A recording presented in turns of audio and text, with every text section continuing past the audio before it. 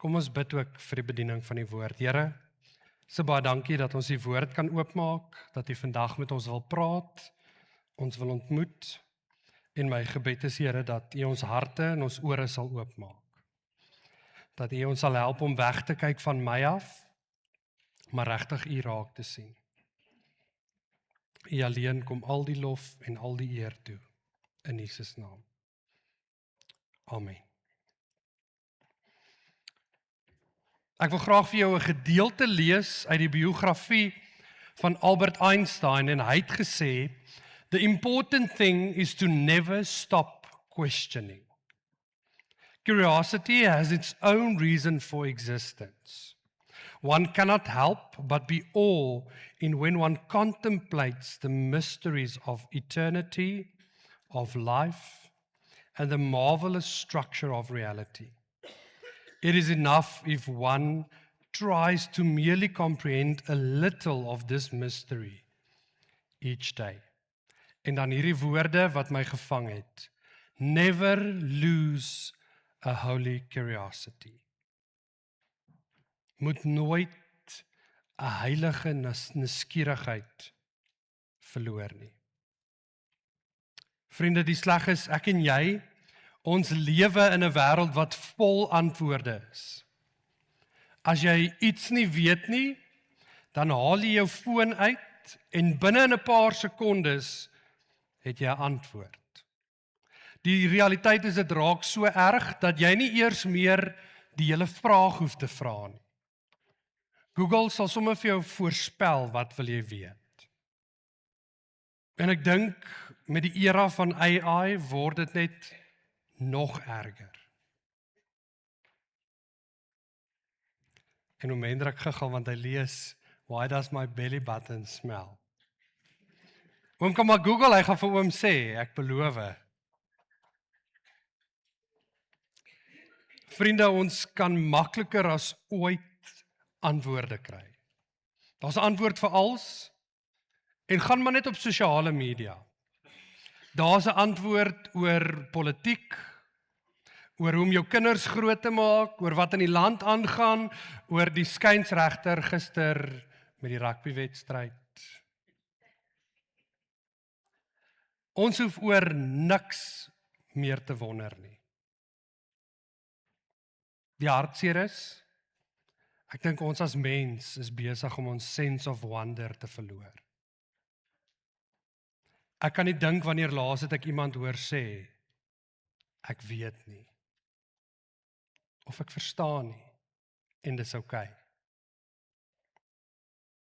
Dis asof ons almal die heeltyd 'n antwoord moet hê. En daarom dink ek, praat ons baie keer baie vinniger as wat ons luister. Nog voor iemand klaar gepraat het, het ons reeds vir hulle die regte antwoord. Ons is besig met 'n reeks, die onderste bo koninkryk.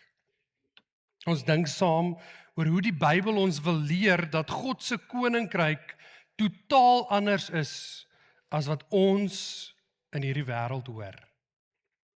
Hoekom 'n onderste bo koninkryk? Handelinge 17, Paulus en Silas is in Thessalonika, hulle verkondig die evangelie, duisende mense gee hulle lewe vir die Here, en dan gee hierdie stad van Thessalonika hierdie beskrywing aan daardie eerste Christene. Dit sê in Handelinge 17 vers 6, "These that have turned the world upside down also came here." Die mense wat die wêreld onderste bo keer, het hier aangekom.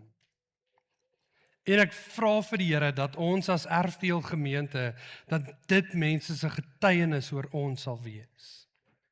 Die mense wat die wêreld onderste bo keer. Die koninkryk van God is anders as wat die wêreld sê. Die wêreld sê, wees die belangrikste. Jesus sê, die wat laaste is, sal eerste wees. Die wêreld sê, jy moet al die antwoorde hê. Jy moet weet. Maar Jesus wil vandag vir ons kom wys, dat die wysste mense, die mense is wat 'n goeie vraag kan vra. Die wêreld sê, maak seker jy weet. God se koninkryk sê, wees nederig genoeg om te sê, ek is nog besig om te leer.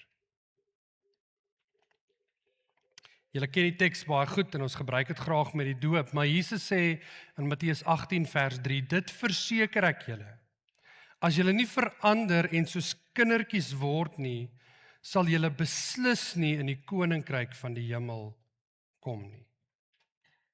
Ek het 'n berig gelees op BBC wat navorsing gedoen het en gesê het, en ek wil hê julle moet nou raai, die hoeveelheid vrae, sê sommer net vir die persoon langs jou, die hoeveelheid vrae wat 'n kind per dag vra.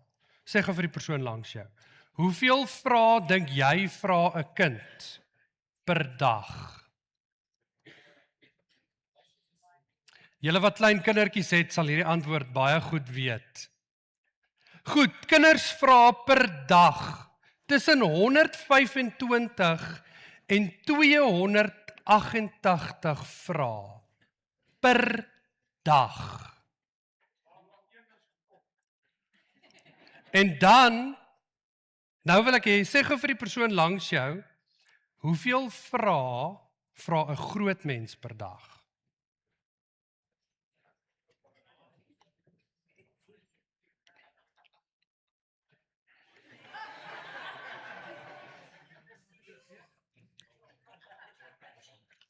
Buite net die vrae by die werk, vra 'n groot mens net 6 vrae 'n dag. So iewers tussen kleuterskool en ons 30ste verjaarsdag verloor ons meer as 200 vrae. Kinders is nie skaam daaroor dat hulle nie weet nie. Kinders se hele wêreld word gebou deur vrae te vra. Maar hoe ouer ons word, hoe meer skaam word ons daaroor dat ons nie weet nie. Ons sê vir onsself, ons moet die antwoorde hê. Ons begin dink 'n goeie Christen mag nooit twyfel of wonder of worstel nie. En omdat ons dit vir onsself die hele tyd sê, hou ons op om vrae te vra. En ons het saam gelees Matteus 18 vers 3, waar Jesus sê ons moet soos kinders word. En ja, ek dink dit het iets te doen met kinders se onskuld. Ek dink dit het iets te doen met kinders se vertroue in hulle ouers, hulle afhanklikheid van hulle ouers. Ek dink in dit alles kan kinders vir ons 'n voorbeeld wees. Maar ek dink ook wanneer Jesus sê word soos 'n kind, dan wil Jesus ons uitnooi na 'n kind se vermoë om te bewonder, om 'n holy curiosity te hê. Hulle vermoë om vrae te vra. As jy dink ek praat nonsens, dis nie net kinders wat vir ons leer om vrae te vra nie, maar Jesus self doen dit. Jy sien, wanneer ek en jy baie keer na Jesus se lewe kyk, moet ons besef hy vra onbeskryflik baie vrae. Ons dink aan Jesus as die een met al die antwoorde. Ons sit goed op ons WhatsApp status soos Jesus is the answer. What's your question? En dit is die waarheid, nee. Jesus is die weg, hy is die waarheid, hy is die lewe, hy is die seun van God. Ek dink hy weet alles. Maar as ek en jy die evangelies lees, dan gaan ons agterkom, Jesus was nooit bekend vir die antwoorde wat hy gegee het. Jesus was bekend vir die vrae wat hy gevra het. Een van die eerste goed wat ons van Jesus ontdek, is toe hy 12 jaar oud is. Ons lees daarvan in Lukas 2, vers 41, wat sê, elke jaar het Jesus se ouers Jerusalem toe gegaan om die Paasfees te vier. Toe hy 12 jaar oud was, het hulle ouer gewoonte weer soontoe gegaan. Toe is Jesus, onthou julle nou die verhaal, 3 dae in die tempel, en dan sê vers 46, hy het in die tempel tussen die skrifkenners gesit. Hy het na hierdie ouens geluister en hulle allerhande vrae gevra. Martin Koppenhagen het navorsing gedoen en hy het bevind dat Jesus in die Bybel 307 vrae in die 4 evangelies gevra het. 307 vrae in net die 4 evangelies. En dis net wat in die Bybel opgeteken is. Ek dink daar was baie meer vrae wat Jesus gevra het. Mense aan die ander kant het na Jesus toe gekom en hulle het hom 183 vrae gevra. Ek dink ons doen baie van dit per dag, nee. 183 vrae wat mense vir Jesus vra. En hier's die shockingste ding. Raai hoeveel van daai 183 vrae het hy geantwoord? Net 3. Het hy direk geantwoord. Die res van die 180 vrae het hy of nog 'n vraag gevra, of hy het 'n storie vertel, of hy het hulle uitgenooi om self bietjie te dink.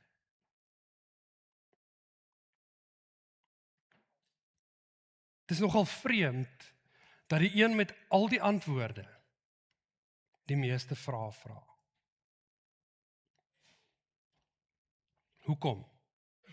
Want ek dink Jesus wou net vir mense inligting gee nie. Hy wou graag by hulle harte uitkom. Hy wou hulle laat kyk na dinge wat hulle nog nooit raak gesien het. Sommige van Jesus se vrae was eenvoudig. Ander keer het hy vrae gevra wat glad nie sulke maklike antwoorde gehad het. Vir my is een van die interessantste vrae wat Jesus gevra het, die een aan Petrus. 'n Vraag wat ek dink elkeen van ons iewers in ons lewe eerlik moet antwoord. Hy kom by Petrus, dan vra hy vir hom, wie sê jy is ek? Jesus vra nie, wat het jy al van my gehoor nie? Jesus vra nie, wat het jou ouers van my vertel nie? Jesus vra nie, wat leer die kerk jou van my nie? Jesus vra die vraag, wie sê jy is ek? Jesus vra goed soos, wat wil jy hê moet ek vir jou doen? Wil jy gesond word? Het jy my lief? Jesus het goeie vrae gevra, want hy het geweet, goeie vrae sal iets doen wat 1000 goeie antwoorde nooit sal kan doen nie. En ek dink dis vir ons 'n baie groot les. Want ons dink geestelike volwassenheid beteken, jy moet 'n antwoord vir al sê. Hoe langer jy 'n Christen is, hoe minder vrae behoort jy mos te hê. Hoe langer jy al jou Bybel lees, hoe meer seker behoort jy te wees wat daaraan aangaan. Wanneer ons na Jesus kyk, dan dink ek is geestelike volwassenheid die teenoorgestelde. Dit beteken dat ek al hoe beter vrae begin vra. Want ek dink een van die gevaarlikste plekke waar ek en jy as Christen kan kom, is 'n plek waar ons sê, maar ek weet. Ek het gearriveer, niemand hoef my meer iets te leer nie. Terwyl Jesus kom in 'n ongelooflike uitnodiging, dan sê hy in Matteus 29 vers 11, kom na my toe en leer van my. 307 vrae. Net 3 antwoorde. Kom leer van my. Die Bybel vir almal sê julle moet gehoorsaam wees en luister na wat ek vir julle wil leer. Om naby Jesus te bly beteken dat ek op 'n plek sal aanhou leef waar ek leer. Na iemand luister, ontdek, soek, vra. Geestelike volwassenheid beteken dat ek op 'n plek in my lewe is waar ek kan sê, Here, daar's goed wat ek nie verstaan nie. Wys my, leer my, help my. Ek glo dis jou begeerte, jy kan jou hand opsteek. Wie begeer dit om 'n disipel van die Here te wees? Steek gou julle hande op. Dankie. Weet jy wat beteken die woord disipel? Iemand wat leer. En die dag as ek en jy ophou vra, is die dag wat ek en jy ophou leer. Is die dag wat ek en jy ophou 'n disipel is. Leer van my. Ek dink ons moet versigtig raak vir 'n geloof wat net antwoorde wil uitdeel. Natuurlik moet ons weet wat ons glo, ons moet staan by die waarheid, ons moet die woord ernstig opneem, maar daar's 'n verskil tussen my oortuiging en 'n stuk arrogansie. Ek kan diep oortuig wees van Jesus Christus, maar ek kan nederig genoeg wees om te sê, weet jy wat, ek het nog baie om van die Here te leer. Jesus sê, leer van my. En ek hoor in dit 'n uitnodiging na 'n heilige nuuskierigheid. 'n lewe waar ek nooit sal dink, ek het nou gearriveer nie. 'n lewe waarin daar altyd nog iets is om van God te ontdek. Altyd nog iets is wat die Here dalk in my lewe wil verander. Daar's altyd nog iets van iemand anders wat ek nie verstaan nie. Daar's altyd nog 'n diepte aan Jesus wat ek nog nie leer ken het nie. Maar die oomblik as ek dink ek het al die antwoorde, gaan ek dit nooit ontdek nie. So ek en jy moet 'n lewe leef waar ons kan sê, Here, leer my. Ons wandelteks hierdie week, as jy jou Bybel het, is Handelinge 8, vers 26 tot 35, die Nuwe Lewende Vertaling. Ek gaan nie alles lees nie, maar ek dink is 'n paar belangrike goed wat die Here in sy woord met ons wil deel. Hierdie gedeelte wat ons gaan saam lees, is vir my so ongelooflike groot voorbeeld van die impak wat vra in 'n mens se lewe kan hê. Gaan 'n bietjie konteks, hierdie gedeelte speel af in 'n tyd waar die evangelie besig is om grense oor te steek. Jesus het gesê, sy volgelinge sal sy getuies wees in Jerusalem, in Judea, in Samaria, tot in die uiterste van die aarde. En ons sien dit hier in hierdie gedeelte gebeur. Duisende mense kom tot bekering, hulle ontvang die Heilige Gees, die Here doen ongelooflike goed, mense se lewens verander, die Here gebruik vir Filippus op 'n ongelooflike manier, en dan is dit hierdie hoogtepunt van duisende mense se lewe, wat verander word deur die gehoorsaamheid van Filippus. En dan doen die Here iets onderste bo. Hy sê vir Filippus, Handelinge 8:26. Vir Filippus het 'n engel van die Here gesê, gaan suid met die woestynpad af Jerusalem af, Gaza toe. Dan sê die 53 vertaling, gaan weg van hierdie groot skares, dit is 'n eensame pad. Die Here vat vir Filippus, hy beleef al hierdie bekering, hierdie wonderwerke, mense se lewens wat verander, en dan sê die Here vir hom, ek sit jou nou op 'n eensame pad. Filippus het dit gedoen, en hy het die minister van finansies van Ethiopië teëgekom. Hy was in 'n hoë pos by die koningin van Ethiopië. Hy het Jerusalem toe gekom om te aanbid. Nou is hy op pad terug. Hy het op sy wa die boek van die profeet Jesaja gesit en lees. Toe het die Gees vir Filippus gesê, gaan loop langs hierdie wa. Filippus het nader gedraf en gehoor dat die man uit die profeet Jesaja lees. Hy vra hom toe, hoor hierso, verstaan u wat u lees? Die Ethiopiër het geantwoord, hoe kan ek verstaan as niemand dit vir my verduidelik? Hy het Filippus uitgenooi, hy het hom gevra om op die wa te klim en by hom te sit. Die man het vir Filippus gevra, praat die profeet hier van homself of van iemand anders? Filippus het toe by hierdie skrifgedeelte begin en die evangelie oor Jesus aan hierdie man vertel. God vat Filippus weg van die skares op 'n eensame pad. Daar ontmoet hy 'n belangrike man, die minister van finansies van Ethiopië. Hy is aangestel oor die koningin se skatte.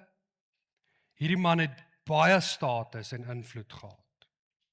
Net so interessant, ek weet nie of jy dit weet nie, want vandag neem ons dit vanselfsprekend, baie min mense in die Bybelse tyd kon lees. So as jy kon lees, was jy regtig hoogs intelligent, baie slim. En hier is hierdie intelligente man, ryk, hy het invloed, hy het status. En die engel sê vir hom, vir Filippus, gaan nader. En dan vra Filippus vir hierdie Ethiopiër die vraag, jy wat intelligent is, wat slim is, wat die Here ken, want hy is daar om die Here te aanbid, verstaan jy wat jy lees? En ek het myself die vraag gevra, wat as hierdie man net gesê het, ja, ek verstaan, en weggery het?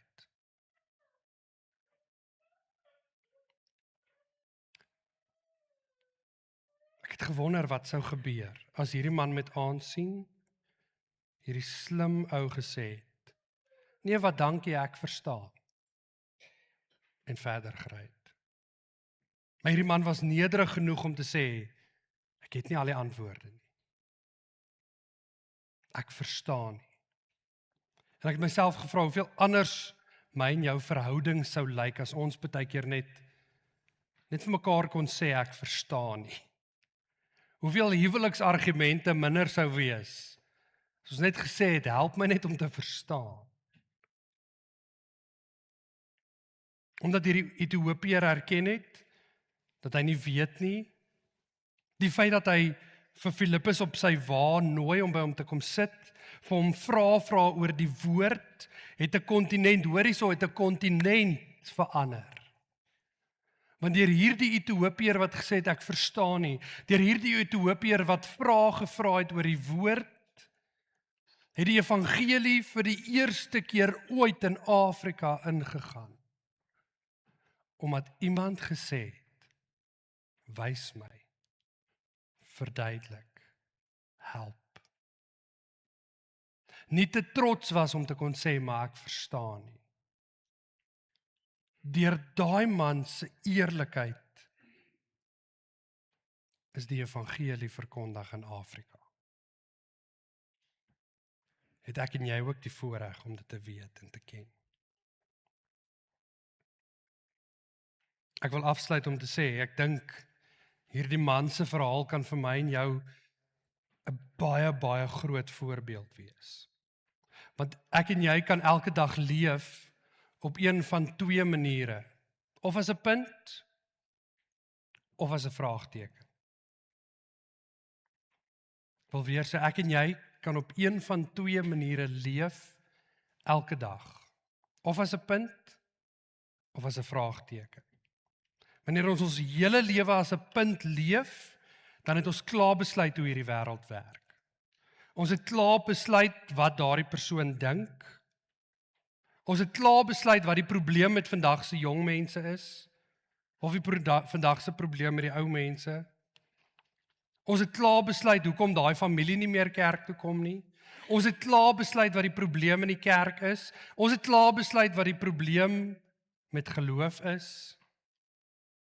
Ons het klaar besluit wat die probleem met 'n sekere groep mense is, al het ons hulle nog nooit aan tafel gehad nie. Ons het klaar selfs besluit hoe God werk en nie werk nie. Wanneer ek en jy ons lewe as 'n punt leef, sê ons vir onsself, ek weet klaar. En weet julle wat se hartseer, ons maak so met die Bybel ook. Ons lees en dan sê ons vir onsself, ag nee, Psalm 23, ek weet klaar.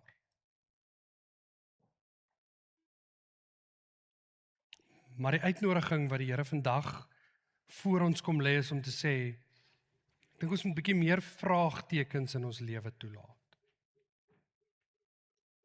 Om te sê, Here, wat moet ek nog leer? Wat probeer U vir my sê? Wat kyk ek mis? Kan ek nie soos hierdie Ethiopiër sê, ek verstaan nie alles nie. Here, wys my. Kan ek nie dalk by jou kom en sê, ek verstaan nog nie alles van jou nie. Leer my. Voor ek 'n oordeel oor jou wil uitspreek. Wys my. Leer my. Help my om te verstaan. Dink aan 'n vraagteken. 'n Vraagteken Lyk vir my amper soos iemand wat vooroorbuig. Wat nader na die Here toe leer en sê, Here, leer my. Nader na ander mense toe en sê, maar vertel vir my. En as jy hierdie week nie weet wat om volgende te doen nie, begin waar Filippus begin het. Gaan nader, luister, vra dalk 'n goeie vraag. Want jy weet nooit wat jou vraag kan oopmaak in iemand se lewe nie. Jy weet nooit die tipe vraag wat jy vra, het dalk 'n invloed in hierdie wêreld nie. Dalk moet ek en jy vandag bid en sê, Here, hou my leerbaar. Hou my nuuskierig. Hou my naby genoeg aan U, dat ek altyd 'n disipel sal bly. Dat ek nooit op 'n punt in my lewe sal kom, waar ek sal dink, ek het nou arrive nie. Groot mense vra net 6 vrae. Jesus sê, word soos 'n kind. Dalk het ek en jy nodig om meer goeie vrae te vra en minder vingers te wys. Here, my gebed is regtig vandag eenvoudig. Here, leer my. Help my om goeie vrae te vra. Help my om te erken vandag, ek weet nie alles nie en daarom het ek nodig, Here, dat U my sal leer. Dis eer U daarvoor in Jesus se naam.